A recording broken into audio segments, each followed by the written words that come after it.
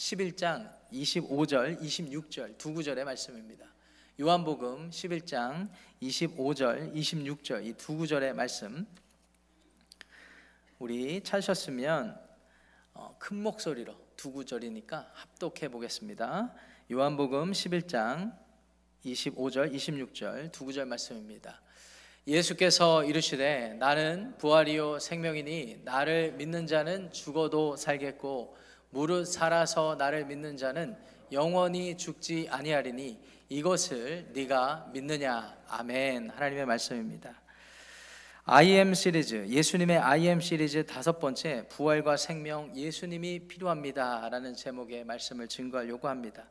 혹 오늘 예배 가운데 처음 오신 분들, 나오신 지 얼마 안 되신 분들은 IM 시리즈가 뭔가요? 이렇게 생각하실지 몰라서 소개를 간략하게 해드리면, 요한복음에 보면 예수님께서 자신을 스스로 소개하시는 내용들이 소개되어 있습니다. 기록되어 있습니다. 총 7가지로 이렇게 자신을 직접 소개를 하는데, 우리가 그렇잖아요. 어느 사람을 알고 싶을 때 다른 사람이 뭐라고 해도 그 사람이 본인에 대해서 어떻게 소개하는지를 알고 싶어 하잖아요. 그래서 그분의 음성으로, 그분의 말을 통하여서 듣는 것이 가장 정확할 수 있지 않겠습니까? 그래서 우리가 7가지를 7주에 나눠서 예수님의 I am, 나는 누구누구다 라고 이야기하시는 이 스테이트먼트를 중심으로 예수님에 대해서 우리가 살펴보고 있습니다. 그래서 오늘은 5번째 시간이 된다는 의미에서 예수님의 I am 시리즈라고 하는 것입니다. 오늘은 부활과 생명, 예수님이 필요합니다 라는 제목이 되겠습니다. 오늘 저와 여러분들이 함께 읽으신 요한복음 11장 25절, 26절 말씀을 통하여서 예수님께서는 자신을 부활과 생명이라고 소개하고 계십니다. 자신 스스로 부활과 생명 되신다라고 소개하시는 예수님의 말씀은 어떤 의미일까요? 예수님은 자신의 부활을 통해서 그를 믿는 저와 여러분에게 진정한 의미의 생명을 주신다는 뜻입니다. 예수님께서 부활을 통해 진정한 의미의 생명을 우리에게 주신다라는 의미에서 나는 부활이요 생명이다 라고 말씀해 주고 계십니다. 오늘의 본문 요한복음 11장은 우리에게 너무나도 익숙한 나사로라 이름하는 한 남자의 죽음과 그 이후의 상황에 대한 내용입니다. 이 나사로는 마르다와 마리아 이 두 자매와 함께 남매가 되었는데요, 이 예수님과 평소에 매우 친분이 두터웠던 그런 사이였습니다. 그런데 나사로가 병든 것입니다. 아니, 병들어서 죽게 된 것입니다. 한 가족을 이루었던 마르다와 마리아는 매우 슬펐습니다. 그래서 낙심하게 되었죠. 예수님께서는 이들을 아시고, 이들의 안타까운 마음을 아시고, 낙심한 상황을 아시고 마르다와 마리아 자매를 찾아 방문하시죠. 그런데 낙심한 마르다는 예수님을 보자마자 다음과 같은 말을 합니다. 오늘 함께 읽지 않았지만 21절 말씀 보세요. 거기 마르다가 이렇게 이야기하죠. 주님께서 여기 계셨더라면 내 오라버니 나사로가 죽지 아니하였겠나이다. 이런 말을 합니다. 주님께서 여기 계셨다면 내 오라버니가 죽지 않았을 텐데요. 이 말의 뉘앙스는 예수님이 여기 함께 있지 않으셔서 내 오라버니 나사로가 죽게 됐습니다 라는 의미와 같습니다. 또 다른 누이 마리아는 어떠했을까요? 시간차가 있지만 32절 말씀을 가서 보시면 예수님께 찾아오신 예수님께 마리아가 이런 말을 하죠. 주께서 여기 계셨더라면 내 오라버니가 죽지 아니하였겠나이다. 마리아 역시 마르다처럼 낙심한 마음을 가지고, 똑같은 안타까운 마음을 가지고 주님 앞에 이렇게 얘기한 것입니다. 예수님이 여기 계셨으면 우리 오라버니 나사로가 죽지 않았을 텐데요. 주님께서 여기 계시지 않았기 때문에 죽게 되었습니다. 여러분, 평소에 마르다와 마리아는 예수님과 매우 특별한 관계였습니다. 어떤 의미에서 특별했냐면, 다른 사람은 몰라도 마르다와 마리아만큼은 예수님이 특별하신 메시아, 하나님의 구원을 성취하러 오신 메시아로 여겼던 사람들이었어요. 이 마르다와 마리아가 말이죠. 그래서 다른 사람들이 예수님의 능력을 의심할 때도 그들은 끝까지 믿고 심지어 부활하신 후에도 예수님을 찾아간 사람들, 그런 사람들이었습니다. 그 정도로 예수님에 대한 마음과 신뢰가 두터웠던 사람들이죠. 그런데 이 여인들조차도 자신의 오라버니 나사로가 죽게 되자 특별한 믿음 대신에 예수님의 능력을, 자신이 처한 슬픈 낙심한 상황에 예수님의 능력을 제안하는 고백을 한 것입니다. 그래서 이런 고백을 했던 것입니다. 21절 또 32절 말씀처럼 주님께서 여기 계셨더라면 내 오라버니가 죽지 않았을 텐데요. 이 같은 생각은 37절로 가시면 함께 슬퍼하여서 나사로를 장례하던 그 동네 사람들, 나사로의 가족들뿐만 아니라 나사로의 친구들, 이웃 주민들까지도 가졌던 생각입니다. 예수라는 사람이 특별해 보이는데 저 사람이 특별했다면, 이 자리에 있었다면 그러면 나사로가 죽지 않았을 텐데, 아니 지금이라도 어떻게 할 수는 없나? 이런 생각을 품었죠. 그래서 37절 말씀 보시면 그들이 이런 고백을 하게 됩니다. 맹인의 눈을 뜨게 한 이 사람이 그 사람 나사로는 죽지 않게 할 수 없었더냐 하더라. 그 동네 사람들, 마르다 마리아뿐만 아니라 그 동네 사람들, 나사로의 친구들 역시 예수님을 특별한 존재로 여기기는 하였으나 죽음 앞에서는 하염없이 함께 낙심하고 그 상황 가운데 예수님을 제안하고 있는 그런 모습을 보이게 됩니다. 여러분, 사람은 누구나 어떤 목표를 설정을 하고 그 목표를 통해서나 또는 내가 아주 특별하게 여기는 사람을 통해 그 사람과 관계 맺는 것을 통하여 자신의 삶의 이유와 자신의 삶의 가치를 찾으려고 하는 존재입니다. 그런데 이 가치와 이유들, 그 존재의 근거들이 사라져 버릴 때에는 우리가 흔히 말하는 낙심이나 절망을 경험하게 되는데, 이 낙심과 절망이 크면 클수록 왜 내가 살아야 할까? 라는 지경에까지 이르게 됩니다. 그래서 오스트리아의 유명한 정신의학자이며 심리학자였던 빅터 프랭클이라는 사람, 죽음의 수용소에서라는 책을 썼기도 했던 아주 유명한 분이죠. 이분이 그런 말을 했습니다. 사람들이 고통 속에 힘들어하는 이유는 고통 그 때문이 아니라, 그 자체 때문이 아니라 왜 이런 고통이 주어졌는지를 모르기 때문이다라는 말도 하게 되었죠. 이 말의 의미는 사람은 누구나 가족이나 사랑하는 가족이나 친구들이나 이웃들을 통하여 자신의 존재 이유를 삼고 살아오고, 때로는 자녀들을 통하여 그런 이유와 가치를 느끼며 살아왔는데, 한순간에 그게 사라져 버리게 된다면 그때부터 내가 왜 살아야 되나? 라는 생각을 갖게 되어서 낙심할 대로 낙심하고 절망하게 되는 것이 사람이라는 의미입니다. 심지어 마르다와 마리아, 예수님을 주님으로 고백했던 그녀들조차도 이 상황을 맞닥뜨리니까 예수님의 능력을 자신의 수준에 제한하면서 주님이 여기 안 계시니까 죽을 수밖에 없지 않습니까? 라고 이야기를 했던 것이죠. 예수님은 죽음 빼고는 모든 일을 하실 수 있다라고 믿었던 것입니다. 그런데 아무리 능력이 출중한 예수님조차도 죽음은 어떻게 할 수 없다라는 믿음을 가지고 있었기에 주님 앞에 원망하듯이, 블레임하듯이 불평했던 것입니다. 그런데 예수님께서는요, 마르다와 마리아, 당대의 슬픔, 낙심, 절망을 경험한 사람들에게 뿐만 아니라 2025년 현대를 사는 저와 여러분들, 많은 일들을 경험하면서 낙심하고 상실감을 느끼고 절망하는 저와 여러분들에게도 다음과 같이 자신을 소개해 주십니다. 오늘의 본문 요한복음 11장 25절 26절 두 구절을 다시 한번 화면을 통해 읽어보겠습니다. 예수께서 이르시되 나는 부활이요 생명이니 나를 믿는 자는 죽어도 살겠고 무릇 살아서 나를 믿는 자는 영원히 죽지 아니하리니 이것을 네가 믿느냐? 오늘 이 예배 참여한 모든 분들을 주님의 이름으로 축복합니다. 제가 여러분들의 삶과 여러분의 가정에 어떠한 일이 일어나고 있는지 자세히 알지 못합니다. 그러나 우리가 같은 사람이라면 누구나 할 것 없이 여러분들의 마음에 소망을 둔 것 때문에 그것이 이루어지지 않아서 낙심하고 절망할 때가 있겠지요. 또 가족들을 잃고 가족들에게 실망하고 믿었던 친구, 이웃들 때문에 낙심하여서 절망한 나머지 내가 왜 살아야 하지?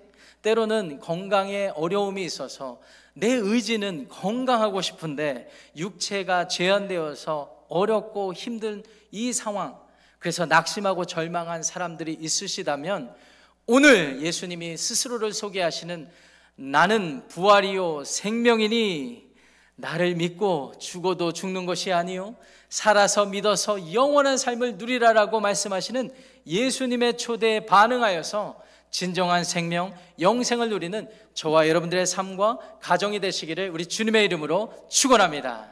자, 그렇다면 예수님께서는 어떻게 자신의 부활을 통하여서 자신을 믿는 저와 여러분에게 진정한 의미의 생명을 주실까요? 오늘 두 구절을 통하여서 두 가지로 교훈을 나누려고 합니다.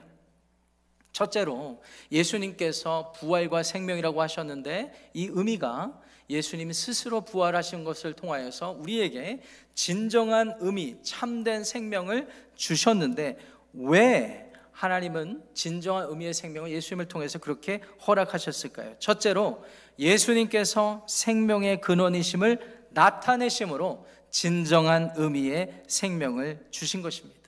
쉽게 말해서 예수님께서는 저와 여러분에게 참 생명이 무엇인지를 스스로 나타내 보이셨던 것입니다. 그래서 나는 부활이요 생명이니 라고 말씀해주고 있는 것이죠.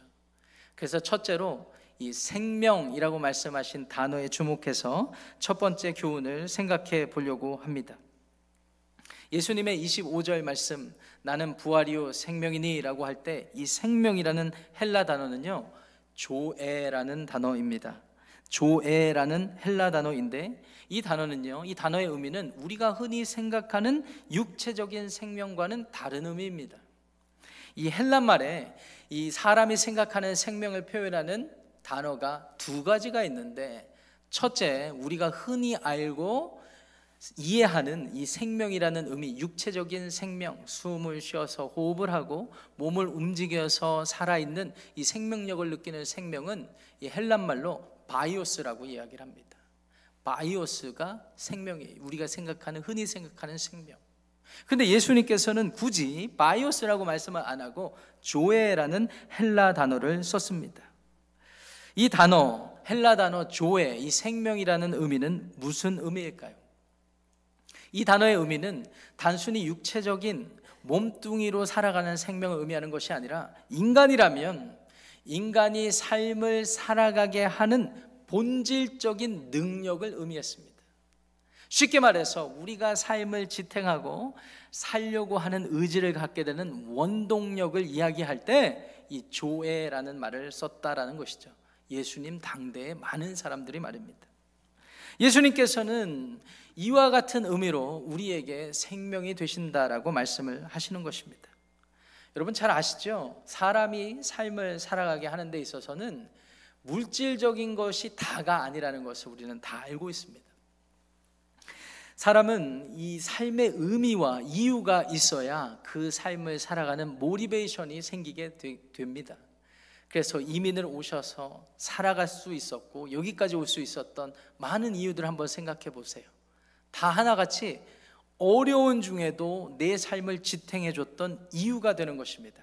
그것을 우리는 조회라고 표현해 볼 수도 있겠습니다. 내 삶의 원동력, 나를 살려고 하는 의지를 갖게 만드는 그 이유, 내 삶의 이유. 어떤 분들은 돈이 될 수도 있고 어떤 분들은 내 자녀 교육이 될 수도 있겠고 어떤 분들은 내가 이루고 싶은 내 자아를 실현하고 싶은 높은 이상과 가치가 될 수도 있을 것입니다. 이런 것들을 위해서 살죠. 그래서 정말 가난한 가운데서도 목표와 비전이 뚜렷하면 그것을 위해서 자신을 희생하면서까지도 누가 보더라도 살기가 힘든데도 각박한데도 살아갈 수 있는 의지를 얻어서 살게 되지 않습니까? 예수님께서는 예수님을 믿는 자에게 그와 같은 삶의 이유와 의미를 친히 보여주신 것입니다. 쉽게 말해 삶의 근원이 예수님이다라는 사실을 자신이 드러내 주신 것입니다. 맞습니다. 그렇습니다. 사람은요, 육체적인 한계에 갇혀 살기 때문에 물질적인 것뿐만 아니라 사람에게 주목하여서 삶의 의미와 이유를 찾고는 하죠. 그런데 물질적인 것이나 사람에게 의지를 하여서 삶의 이유를 삼았다가도 금세 낙심하고 절망하는 것이 우리의 인생이지 않습니까? 왜 그럴까요? 우리가 그토록 믿고 붙잡았던 물질적인 가치, 우리가 그토록 신뢰했던 사람이라는 가치는요, 전부 우리와 같이 유한한 존재들이기 때문입니다. 마르다와 마리아 역시요, 왜 슬픔을 느꼈을까요? 왜 낙심하게 되었을까요? 마르다, 마리아 동네에 사는 사람들, 그 친지들이 왜 슬퍼하게 되었을까요? 왜 낙심하게 되었을까요? 자신들에게 그토록 소중했던 나사로, 가족, 친구, 이웃이 한순간에 병들어 죽게 되었기 때문이죠. 쉽게 말해서 그들이 살아왔던, 그들이 믿어왔던 어떤 특별한 의미를 상실하게 되니까 낙심하고 절망하게 된 것입니다. 그렇기 때문에 우리가 생명을 추구할 때는요, 우리가 살고자 하는 의지를 가지려고 할 때는요, 육체의 한계에 갇혀진 바이오스의 생명을 뛰어넘는 무언가 특별한 영원 지속한 가치가 필요한 것입니다. 그것이 있는 것 같아서 우리는 다시 소망을 품게 되고 낙심한 가운데 일어나게 되는데, 여전히 또 실망하게 되는 것은 또 다른 이유를 찾고 또 다른 근거를 찾고 또 다른 가치로 신뢰하여서 살려고 할 때 다시 낙담하고 다시 절망하다가 모든 육체는 그렇게 죽게 되는 것입니다. 이렇게 사는 것이 인간의 삶이겠거니라고 살았던 사람들에게 예수님께서 오늘 찾아오신 것입니다. 그리고 예수님께서 나는 부활이요 생명 조회다라고 말씀해 주신 것입니다. 예수님이 스스로를 조회, 생명, 삶의 원동력이다라고 말씀하신 의미는 무엇일까요? 여러분, 사람의 입장에서 왜 사람이 가치를 느끼고 이유를 찾은 것 같았는데 왜 자꾸 낙심하고 실망하는가 곰곰이 생각을 해보면, 하나님과 생명의 근원, 창조주 되시는 하나님과 관계가 끊어져 있기 때문입니다. 관계가 끊어져 있게 된 이후부터 우리는 마음으로부터 상실감을 아는 채 태어나고 그 마음으로 살아가서 그 마음을 채우려고 노력하다가 안 된 채 죽게 된 것입니다. 그렇기 때문에 생명의 근원을 찾는 것이 우리에게는 가장 시급하다고 할 수가 있겠죠. 여러분, 피조물 안에서 생명의 근원을 찾는 것은 말도 안 됩니다. 왜냐하면 내가 찾았다라고 느낄 때 그 사람도 곧 죽게 되거든요. 그런데 예수님은 어떤 분이십니까? 하나님과 동등된 본체이시지만 하나님의 창조 사역에 모두 참여하셔서 저와 여러분들이 숨을 쉬고 살아갈 수 있는 육체를 지으신 창조주이십니다. 그 예수님이 창조주이시면서 영으로 존재하실 뿐만 아니라 인간의 육체를 입고 바이오스 생명을 품게 되신 것이죠. 그 이유가 무엇일까요? 모든 인간을 인간으로서 대속하시기 위하여. 더 쉽게 말씀드리면 생명의 근원 되시는 하나님과 관계가 끊어진 인간들을 다시 생명의 근원 되시는 하나님 앞에 인도하시기 위하여 이 땅에 바이오스 생명을 입고 오신 것이죠. 그렇기 때문에 예수님은 우리의 삶의 원동력이 되는 것입니다. 예수님을 믿으면 생명의 근원 되신 창조주 하나님 앞에 나아갈 수 있게 되기 때문이죠. 그러므로 저와 여러분들의 삶과 저와 여러분들이 속한 가정이 진정한 생명을 주시는 생명의 근원 되시는 창조주 하나님 앞에 다시 나아가는 은혜가 있기를 주님의 이름으로 축원합니다. 자, 생명의 근원 되신 하나님께 예수님이 인도하시기 위하여 창조주이셨지만 피조물이 감이 되어주셨던 것입니다. 자, 그렇다면 둘째, 예수님께서는 왜 그렇게 하셨을까요? 둘째, 예수님께서는 어떻게 우리에게 진정한 의미의 생명을 주셨기에 스스로를 부활과 생명이라고 말씀하실까요? 예수님께서는 직접 죽음을 이기시고 부활하심으로 저와 여러분에게 진정한 의미의 생명을 주신 것입니다. 직접 스스로 부활하심으로 인간 바이오스 생명을 입고 사셨을 뿐만 아니라 함께 죽으시고 부활하심으로 우리에게 진정한 의미의 생명은 이런 것이다를 허락하셨던 것입니다. 자, 이제 생명의 근원 되신 하나님의 입장에서 한번 말씀을 상고해 보기를 원합니다. 여러분, 하나님께서 이 세상을 다 6일 만에 지으시고요, 보시기에 참 아름답다라고 말씀하시고 7일째에는 안식하셨습니다. 하나님이 창조하신 피조물 안에는 우리도 있습니다. 하나님께서 흙으로 만드시고 숨을 불어넣으셔서 하나님의 피조물로 하나님과 감히 영광 받으실 하나님과 교제하는 그런 존재로 만드셨습니다. 그런데 이 사람이라는 존재가 스스로 하나님과 관계되어 있는 영원한 생명, 참다운 생명, 진정한 의미의 생명을 발로 걷어차 버린 것입니다. 자신에게 주어진 자유를 가지고 하나님이 아닌 내 생각과 내 감정과 내 의지대로 살면 더 나은 삶을 살 수 있지 않을까라는 마음을 품고 그와 같은 짓을 한 것입니다. 그 이후부터 우리는 참다운 생명, 생명의 근원을 잃어버리게 된 것입니다. 내가 왜 살아야 되는지, 무엇을 위해 살아야 되는지 이제 한 가지 이유만을 붙잡고 살게 된 것입니다. 왜 살아요? 나를 위하여, 내가 원하는 것을 채우기 위하여, 내가 기뻐한 것을 하기 위하여 사는 존재로 전락해버리게 되었죠. 그 이후부터, 하나님과 단절된 이후부터 우리에게는 조회라는 삶의 원동력의 생명은 사라지고 이제 바이오스 몸뚱이만 남게 된 것입니다. 무엇을 보면 알 수 있을까요? 무엇을 보면 알 수 있을까요? 모든 사람은 죽지 않습니까? 모든 사람은 죽지 않습니까? 여러분, 은혜의 마음을 가지고 이 시간 앞에, 옆에, 뒤에 분들 바라보시면서 우리도 죽습니다, 이렇게 한번 인사하시겠습니다. 너무 기분 나빠하지 마시고요, 성경의 진리를 말씀드리는 거니까 우리는 모두 죽게 되잖아요.